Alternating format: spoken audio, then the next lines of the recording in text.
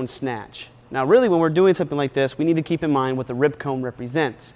The rib cone does not need to represent a defender all the time. In fact, most of the time, the rib cone doesn't represent a defender at all. It represents game qualities or game characteristics. So if I was to do an actual through during my split, a lot of times players will just stay in these upright positions. What the rib cone's job is to get my body back into a driving-like stance during that actual split.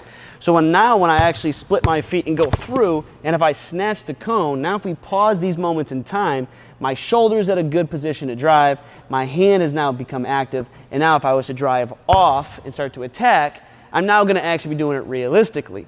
So many players don't realize that their movements aren't realistic because all they're really thinking of are the actual moves that they're doing, not the realistic qualities that need to be within those moves.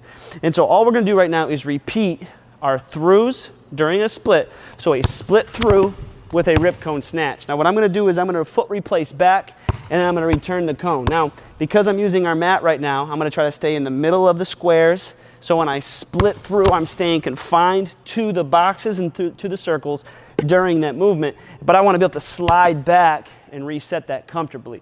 Now I want you to be in some ways claustrophobic on this space. I want you to be confined. Now, a lot of you are going to have issues coming off of that.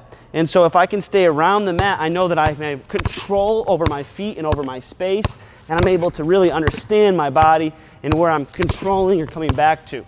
And so right now I can just split through, getting my shoulder dropped, and I'm repeating that action.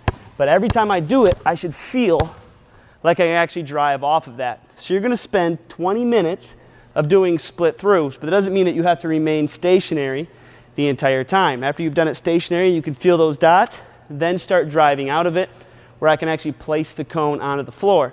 And so if I do a split through and I can place, now I know that I stayed down all the way through my drive, and so I'm able to attack that at the very end of it.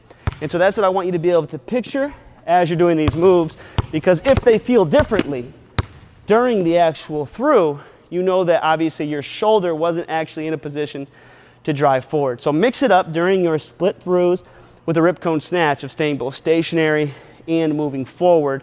Spend 20 minutes on that and really focus on the qualities of your shoulder, your feet,